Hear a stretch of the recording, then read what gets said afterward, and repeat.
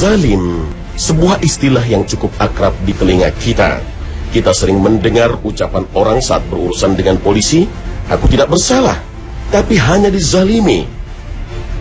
Terkadang kita juga mendengar politisi mengatakan, "Pemilu ini penuh kecurangan dan kezaliman." Bahkan, anak-anak muda sering mengatakan, "Dunia ini tidak adil, penuh dengan kezaliman. Padahal aku sudah melakukan banyak hal, tapi tetap saja begini." Seperti itukah maksud dari zalim? Pemirsa, kita tidak perlu terburu-buru membenarkan maksud ini, karena istilah zalim dalam pemahaman agama termasuk masalah besar. Dampaknya besar dan berbahaya. Allah Subhanahu wa Ta'ala sangat membenci kezaliman dan mewanti-wanti umat manusia agar jangan sampai berlaku zalim.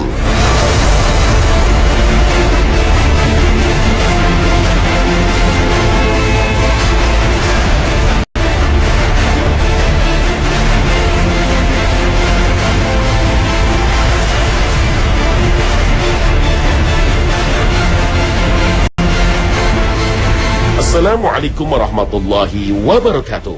Selamat pagi pemirsa Trans 7. Khazanah Ensiklopedia Islam Dunia pagi ini kembali hadir ke hadapan Anda untuk berbagi informasi Islami. Semoga menginspirasi dan menjadi motivasi aktivitas Anda hari ini. Banyak orang memahami istilah kezaliman atau dalam bahasa Arab az-zulmu adalah tindakan menganiaya orang lain atau memaksanya untuk melakukan sesuatu yang tidak diinginkan. Pemahaman ini tidak keliru, tetapi kurang lengkap.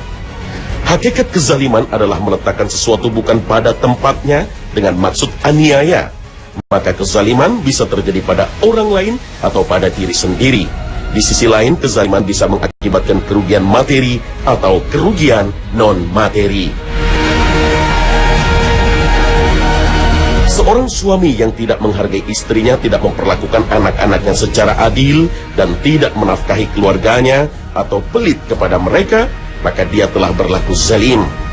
Seorang ibu yang tidak mendidik anak-anaknya berdasarkan agama Allah, tidak menjaga rumah suaminya, dan tidak melakukan kewajiban-kewajibannya, juga telah berbuat zalim. Tetangga yang memaki para tetangganya atau menyakiti secara fisik juga telah berlaku zalim. Pegawai yang memunggungi masyarakat yang memerlukan pelayanan, pembawaannya tidak ramah, bahkan sering marah-marah, dia juga telah berlaku zalim. Apalagi jika merampas hak rakyat, mengkorupsi uang rakyat.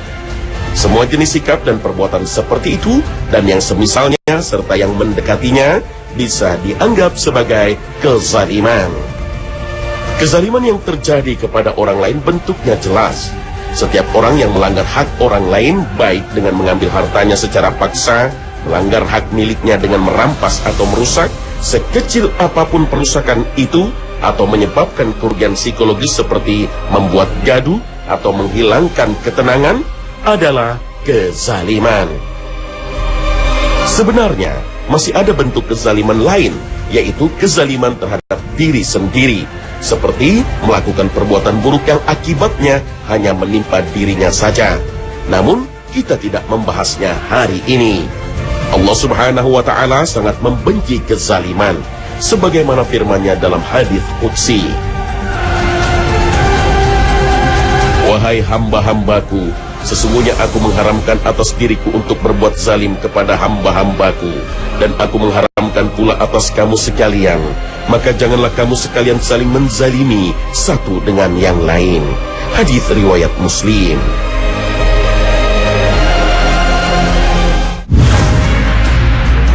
Orang yang berbuat zalim akan dilaknat oleh Allah.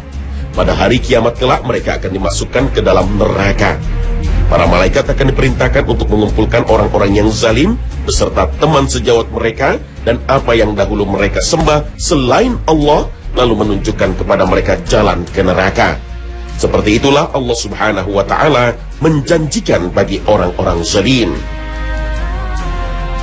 Mereka juga tidak akan mendapatkan pemberi syafaat yang bisa menyampaikan permohonannya kepada Allah agar bisa keluar dari neraka. Padahal itu sangat diharapkannya. Allah berfirman dalam surah Ghafir ayat 18, Tidak ada seorang pun teman setia bagi orang yang zalim, dan tidak ada baginya seorang pemberi syafaat yang diterima pertolongannya.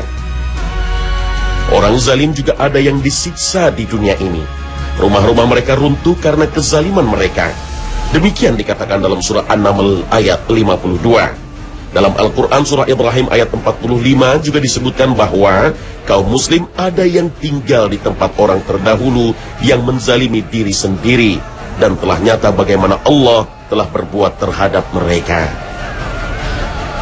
Saat-saat terakhir di dunia ini, orang zalim akan mengalami proses sakaratul maut yang sulit.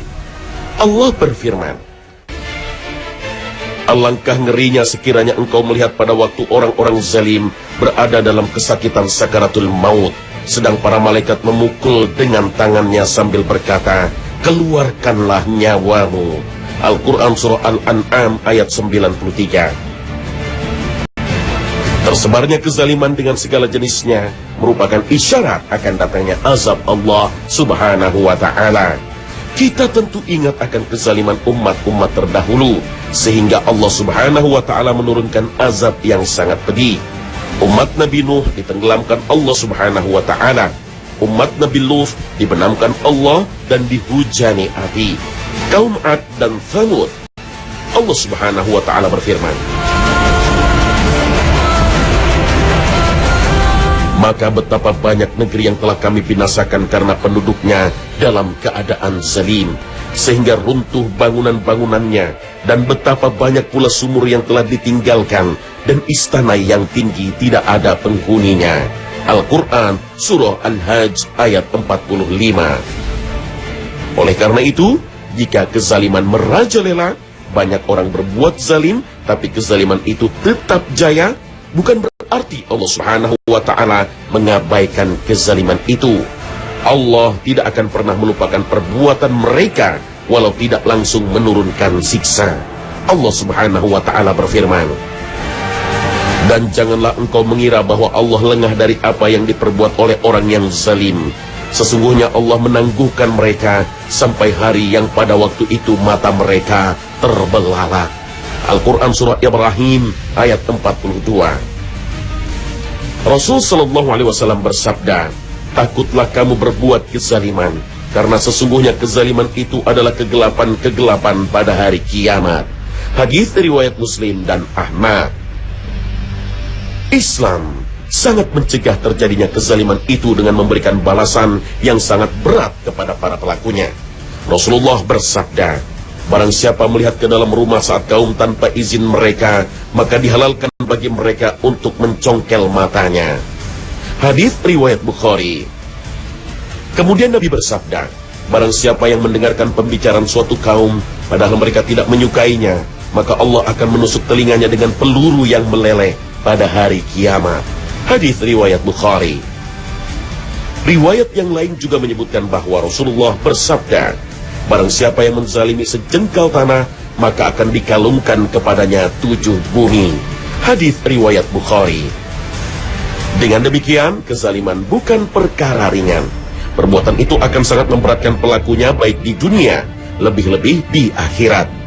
Jika dia ahli ibadah, maka ia akan bangkrut di hari kiamat karena harus merelakan seluruh pahalanya untuk orang yang dizalimi.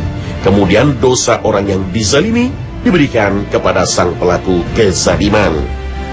Diriwayatkan dari Abu Hurairah bahwa Rasulullah SAW pernah bertanya kepada para sahabat, tahukah kalian siapakah orang yang bangkrut itu?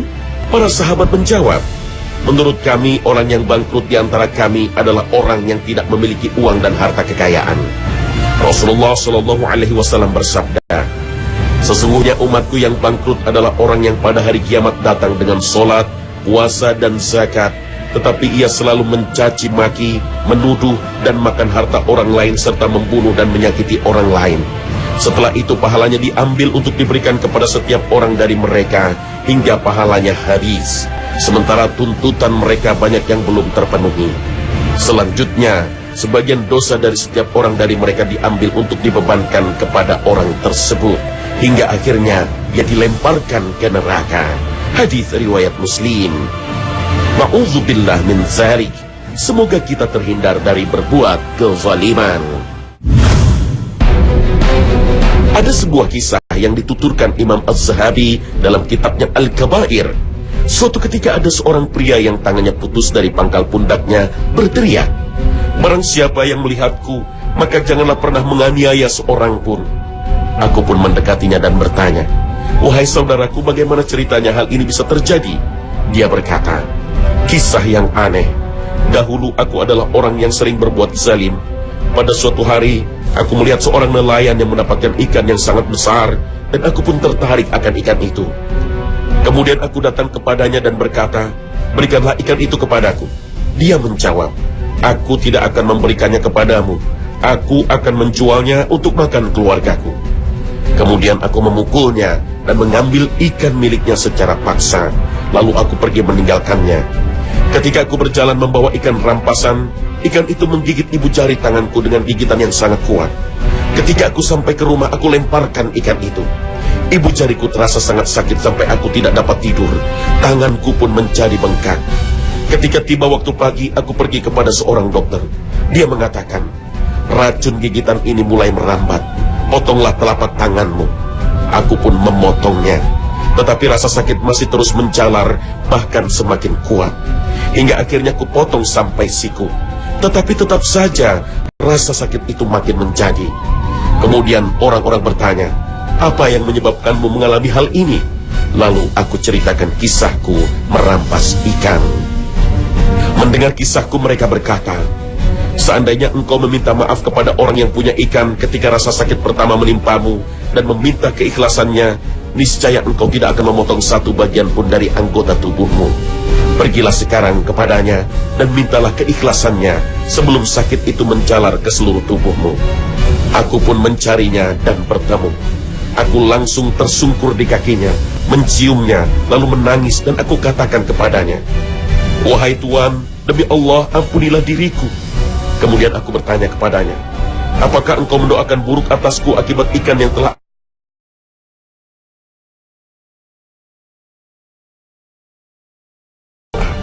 Ya Allah, dia telah menganiayaku dengan kekuatannya, maka tunjukkanlah kekuasaanmu dalam hal itu.'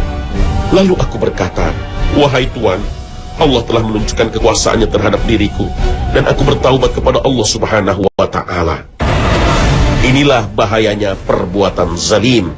Sufyan Tsauri berkata, bertemu Allah dengan 70 dosa yang engkau lakukan atas Allah akan lebih ringan daripada bertemu dengannya dengan membawa satu dosa yang engkau lakukan atas orang lain.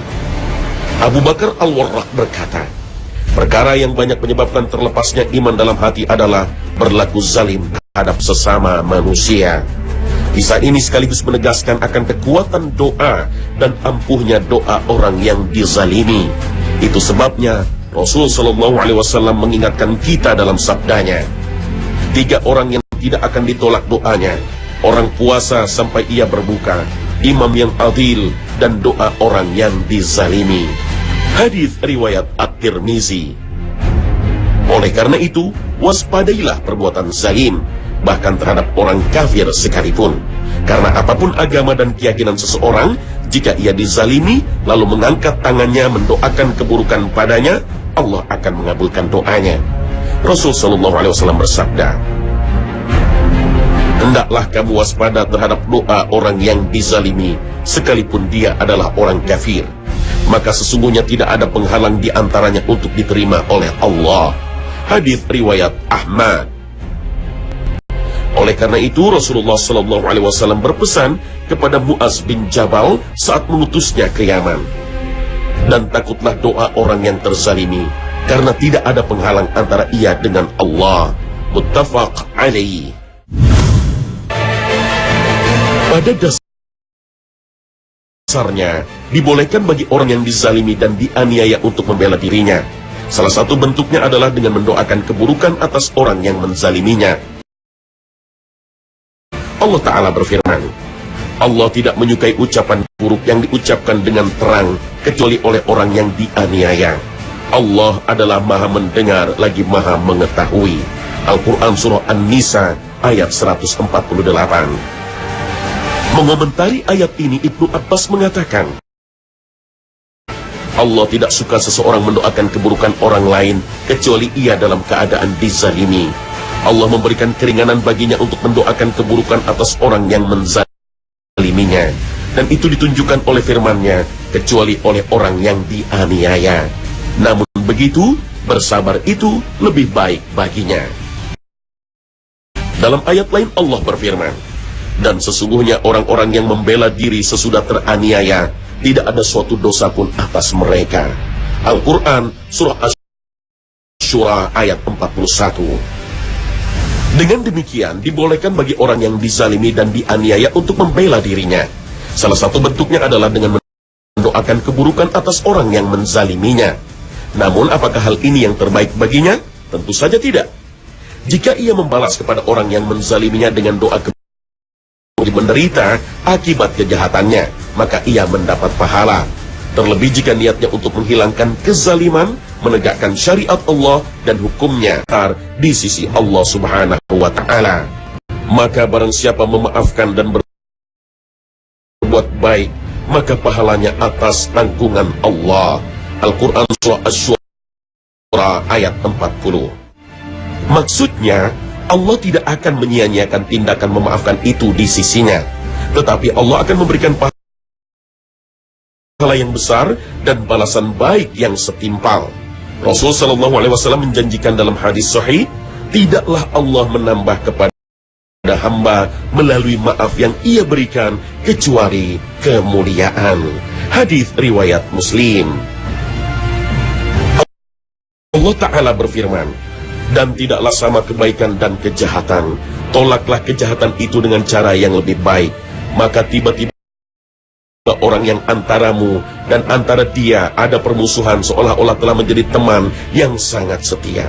Sifat-sifat yang baik itu tidak dianugerahkan melainkan kepada orang-orang yang sabar, dan tidak dianugerahkan melainkan kepada orang-orang yang mempunyai keberuntungan yang besar. Al-Quran Surah Fussilat ayat 34 hingga 35. Maksud tolaklah kejahatan itu dengan cara yang lebih baik adalah apabila ada orang yang berbuat buruk kepadamu, baik dengan perkataan atau perbuatan, maka balaslah dengan kebaikan. Jika ia memutus hubungan denganmu, maka sambunglah. Jika ia menzalimimu, maka maafkan ia. Jika membicarakan keburukanmu, baik di depan atau di belakangmu, maka jangan engkau balas, tapi maafkan ia dan berbicara kepadanya dengan lemah lembut. Jika ia mengucilkanmu dan tidak mau berbicara denganmu, maka berbicaralah yang baik dan mulailah memberi salam kepadanya. Tidaklah taufik Allah ini diberikan kecuali kepada orang-orang yang sabar atas keburukan yang ia dapatkan dan menyikapinya dengan sesuatu yang Allah cinta. Karena sifat dasar manusia inginnya membalas keburukan dengan keburukan agar terpuaskan. Ia tidak mau memberikan maaf. Tapi sifat dalam ayat ini sangat istimewa. Bukan hanya maaf yang ia berikan, tapi membalas keburukan dengan memberikan kebajikan. Ia sadar bahwa membalas keburukan dengan keburukan tidaklah mendatangkan kebaikan untuk dirinya, khususnya di akhirat. Sementara jika ia berbuat baik kepadanya, kebaikannya itu akan tetap dicatat kebaikan. Bersikap seperti ini tidaklah akan merendahkan martabat seseorang, tetapi sebaliknya, Allah akan meninggikannya dengan akhlak mulia itu. Allah akan meninggikan derajatnya di dunia dan akhirat karena mulianya akhlak yang ia tampilkan. Wallahu a'lam.